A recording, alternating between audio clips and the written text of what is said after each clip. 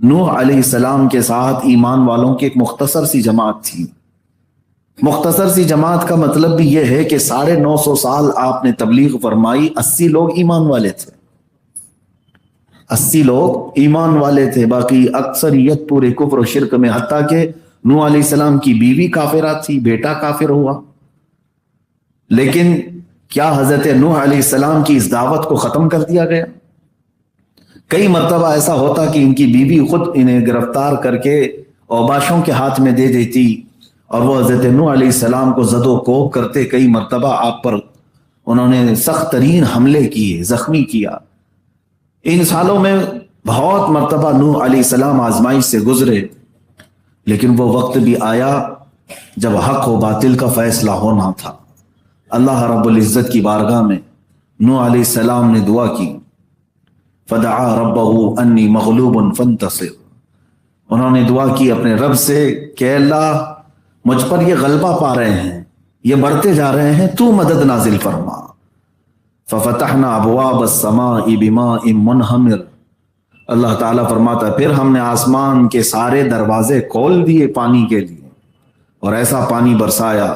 وفجرنا الارض عیونا فالتقى الماء على امر قد قدر. اللہ فرماتا ہے آسمانوں کے دروازے بھی کھول دیے اور زمینوں کو بھی پھاڑ دیا، یہاں سے بھی سوتے نکلے. اتنا پانی آیا کہ دنیا میں کوئی پہاڑ بھی باقی نہیں رہا، سب غرق ہو چکے تھے.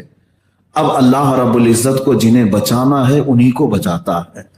وہی 80 لوگ ایمان والے جو حق جماعت میں تھے وہ صحیح سلامت اس طوفان نوح سے نکل آئے. کئی دنوں کے بعد اس کشتی سے جب باہر آئے تو اس دنیا میں جو باقی تھے وہ صرف ایمان والے ہی باقی تھے. اس طرح کے حالات ہوتے رہے، حق اور باطل کا ٹکراؤ.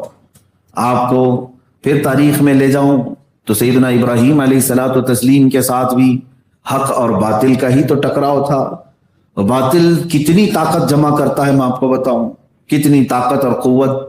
سیدنا ابراہیم علیہ السلام کو ختم کرنے کے لیے انہوں نے دنیا کی سب سے بڑی آگ جلائی، یہ سب کو پتا ہے، اور اتنی بھیانک آگ لگائی کہ اس کے شعلے آسمان تک پہنچ رہے ہوں، اس کی گرمی کافی دور تک، یہاں تک کہ کوئی قریب نہیں جا سکتا تھا. اگر کوئی پرندہ بھی ہوا میں اڑتا اس آگ کے آس پاس تو جل جاتا تھا. اتنی بھیانک آگ لگائی صرف حضرت ابراہیم علیہ السلام کو اس میں جھونکنے کے لیے. پھر منجنیق بنا کر کے مشین جس کے ذریعے سے حضرت ابراہیم علیہ السلام کو انہوں نے ڈال دیا. یہی باطل سمجھتا ہے ہر زمانے میں کہ حق کو ہم نے سرے سے ختم کر دیا، اس کو آگ میں جھونک دیا، آگ میں ڈال دیا. ایسا نہیں ہے، حق اگر تنہا بھی ہو تو اللہ اس کے ساتھ ہے. ابراہیم علیہ السلام کو ادھر آگ میں ڈالا گیا، فوراً رب ذوالجلال نے جبرائیل امین کو بھیجا. حضرت جبرائیل علیہ السلام سب سے زیادہ تیز دنیا میں جو آئے ہیں وہ 3 وقت ایسے ہیں جس میں حضرت جبرائیل علیہ السلام سب سے تیزی سے دنیا میں اترے. ان میں سے ایک وقت جب حضرت یوسف علیہ السلام کو ان کے بھائیوں نے کنویں میں ڈالا تھا، اور دوسرا وقت حضرت اسماعیل علیہ السلام کی گردن پر جب حضرت ابراہیم نے چھری رکھ دی تھی، اور تیسرا وقت یہ ہے جب حضرت ابراہیم علیہ السلام کو باطل جماعت نے آگ میں جھونک دیا تھا تو آگ میں آپ کے گرنے سے قبل حضرت جبرائیل آ گئے. اور اب دیکھیں جو حق جماعت پر ہو اس کا بچنا اور اس کا صحیح سلامت نکلنا کس بنیاد پر ہوتا ہے، اس کے اندر کون سی طاقت ہوتی ہے. اسی بات پر میں آج گفتگو کروں گا. مجھے حکم یہی ہوا حق و باطل کے درمیان خط امتیاز کیا ہے، حق اور باطل کے درمیان فرق کرنے والی چیز کون سی ہے. مجھے حکم یہی دیا گیا آج کے لیے. میں یہی بات عرض کروں گا کہ اب جو حق پر ہوتا ہے اس کے اندر کون سی ایسی طاقت ہوتی ہے جو اسے ان تمام برے آفات و بلیات سے بچا لے جاتی ہے. وہ آگ میں گرے، پانی میں غرق ہو، تب بھی صحیح سلامت نکل جائے. کون سی طاقت ہے؟ وہ طاقت میں آپ کو بتاتا ہوں. جبرائیل امین آئے، پوچھا الک حاجت یا خلیل اللہ، اے اللہ کے خلیل کوئی حاجت ہے تو بتا دے، مجھے اللہ نے بھیجا ہے. حضرت ابراہیم علیہ السلام نے کیا کہا؟ ہاں حاجت تو ہے لیکن آپ سے نہیں، اللہ رب العزت سے. یہ جو توکل اور ایمان ہے اللہ کی ذات پر، یہی حق جماعت کو ہمیشہ غالب کرتا ہے. آپ سمجھ میں آئے؟ حق اور باطل کے درمیان جو خط امتیاز ہے فرق پیدا کرنے والی چیز، وہ اللہ کی ذات پر توکل، اور ہم مومنین کے لیے اس کے بعد رسول پاک کی بے پناہ محبت. یہ دو چیزیں جس کے سینے میں آئی، یوں سمجھ لیں کہ وہ حق اور باطل کے درمیان فرق کر دے گا، اور ہمیشہ اللہ رب العزت اسے نصرت و فتح کی طرف لے جائے گا. ابراہیم علیہ السلام کو آگ میں جھونک کر کے انہوں نے یہ سوچا حق ختم ہو گیا؟ نہیں میرے عزیزوں، کئی دن وہ آگ جلتی رہی. جب آگ بجھ گئی تو ابراہیم علیہ السلام اپنے کپڑے جھاڑتے ہوئے باہر نکل آئے. کچھ نہیں ہوا، اس لیے کہ اللہ رب العزت کے حکم سے ہی اس کائنات میں ہوتا ہے جو کچھ بھی ہوتا ہے. جو کچھ بھی ہو وہ اللہ رب العزت کے حکم سے ہوگا. ان کے بعد سیدنا موسیٰ علیہ السلام کے سامنے بھی ایک بہت بڑی طاقت تھی. فرعون جس نے یہ کہا تھا انا ربکم الاعلی، میں تمہارا سب سے بلند و بالا رب ہوں، خدائی کا دعویٰ کرنے والا فرعون موسیٰ علیہ السلام کے مقابل میں ہے. اس فرعون کی طاقت کا حال یہ تھا کہ وہ 1000 لوگوں سے تنہا لڑ سکتا تھا. اس کی عمر 100 سال کی ہوئی تب تک کوئی بیماری اس کو نہیں آئی. تو یہ تمام چیزیں اسے غرور پیدا کر چکی تھی کہ میں کبھی بیمار نہیں ہوتا، اور طاقت میں سب سے زیادہ، جسے چاہتا مارتا تھا، جسے چاہتا چھوڑتا تھا. تو اس غلبہ غرور میں اس نے خدائی کا دعویٰ بھی کیا. طاقت و قوت کا حال یہ تھا کہ لاکھوں فوج اس کو سجدہ کرتی تھی. پوری کی پوری جہاں جہاں دنیا میں لوگ بستے ہیں تقریباً اس کے فرمانبردار لوگ ہو چکے تھے. اب آپ اندازہ کریں اتنی بڑی طاقت و قوت کے سامنے اللہ رب العزت نے موسیٰ کلیم اللہ علیہ الصلوۃ والتسلیم کو میدان میں اتارا. سیدنا موسیٰ علیہ الصلوۃ والتسلیم جب فرعون کے مقابل میں آئے تو حضرت موسیٰ علیہ السلام کے پاس کون سی بڑی جماعت تھی؟ نہیں میرے عزیزو، چند مومنین کی جماعت تھی، اور وہ بھی بنی اسرائیل. ڈرتے بھی زیادہ تھے، ڈر ان کے اندر بہت زیادہ تھا. حضرت موسیٰ علیہ الصلوۃ والتسلیم کئی مقابلے ہوئے جادو کے ذریعے سے، معجزے حضرت موسیٰ علیہ السلام نے دکھائے. آخر میں وہ وقت بھی آیا جب فرعون نے اپنی پوری لشکر کے ساتھ موسیٰ علیہ السلام کو ختم کرنے کے ناپاک ارادے سے نکلا، اور تقریباً 1 لاکھ سے زیادہ کی فوج لے کر موسیٰ علیہ السلام کے ساتھ 40 یا 70 لوگ تھے، ان کے پیچھے 1 لاکھ کی فوج نکلی ہے. یہ بات ہمیشہ یاد رکھیں، حق اور باطل میں فرق یہی ہوتا ہے کہ حق جماعت کوانٹیٹی پر نہیں کوالٹی پر ہوتی ہے، اور باطل جماعت پوری تعداد سے بھرپور. لیکن ہمیشہ حق جماعت نے انہیں دھول چٹایا ہے.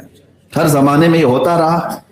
کبھی کبھار اللہ رب العزت نے اس جماعت کو اگر شکست دیا ہے تو وہ بھی کسی نہ کسی حکمت کی وجہ سے، کسی نہ کسی مصلحت کی بنیاد پر.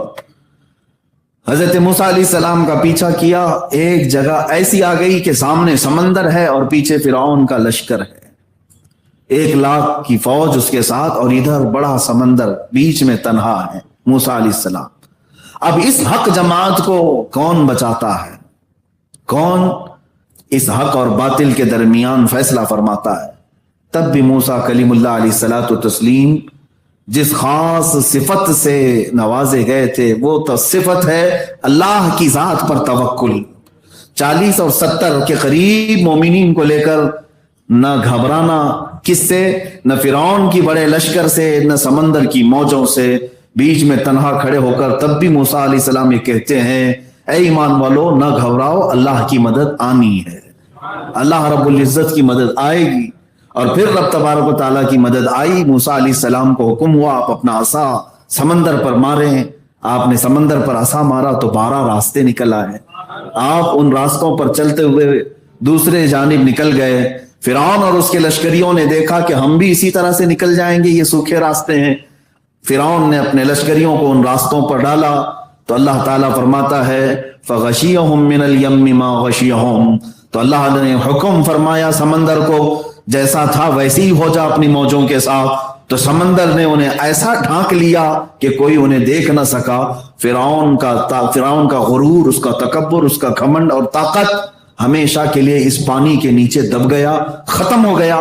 اب ہر زمانے میں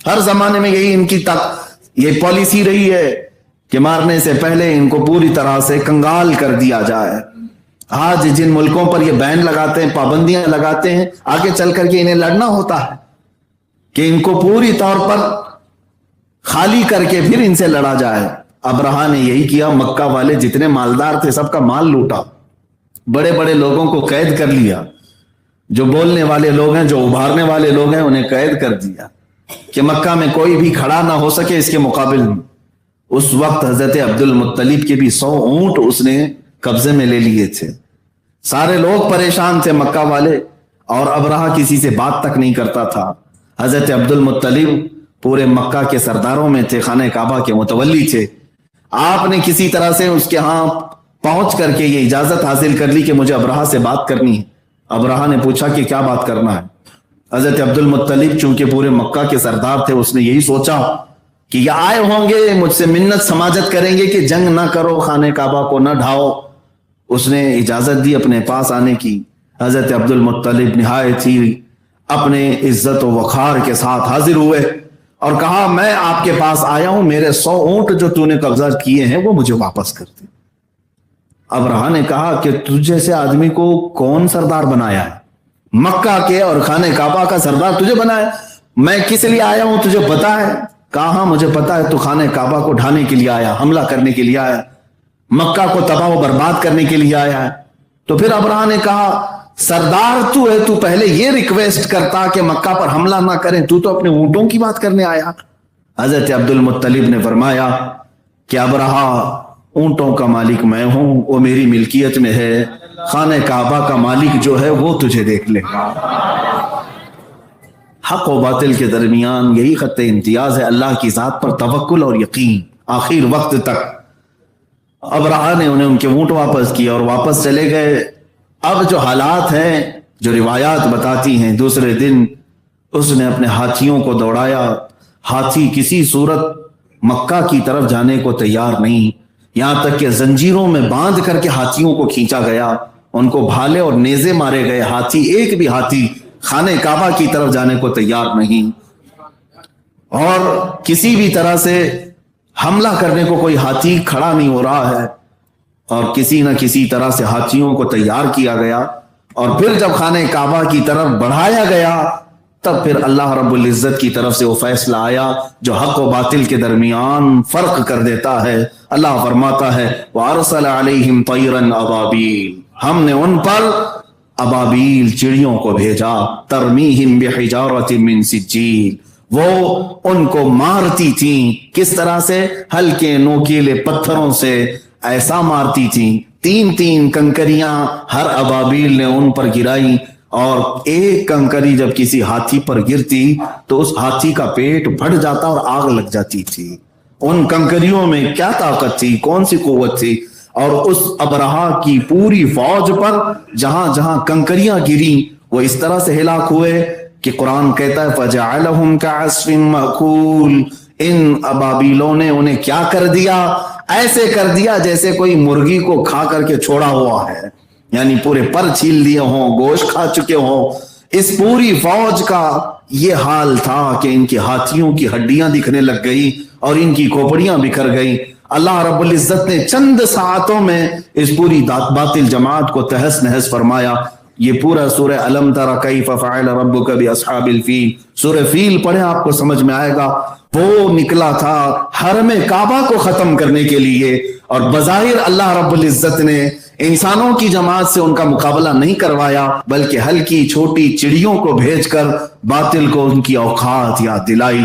میرے عزیزو، یہی چیز اللہ رب العزت کے قوانین میں اور اس کے دستور میں ہمیں نظر آتی ہے کہ جب جب حق اور باطل کا ٹکراؤ ہوتا رہا ہے، بسا اوقات اللہ بہت چھوٹی سی طاقتوں سے باطل کو ہمیشہ کے لیے ختم فرماتا ہے۔ وہ رب ذوالجلال ہے جو نمرود کو مچھر سے ہلاک فرماتا ہے، وہ رب ذوالجلال ہے جو فرعون کو پانی سے ہلاک کرتا ہے، وہ رب ذوالجلال ہے جو ابرہا کو ہلکی ہلکی کنکریوں سے ابابیل سے ہلاک کرتا ہے، وہی رب ذوالجلال ہے جو ابو جہل کے غرور کو چھوٹے بچے معاذ اور معوذ سے ختم فرماتا ہے۔ حق اور باطل کے ٹکراؤ میں یہ اللہ رب العزت کا قانون بھی ہے کہ وہ باطل کو ان کی طاقت اور ان کی قوت کے اعتبار سے اتنی بڑے چیز سے مقابلہ نہیں کر پاتا.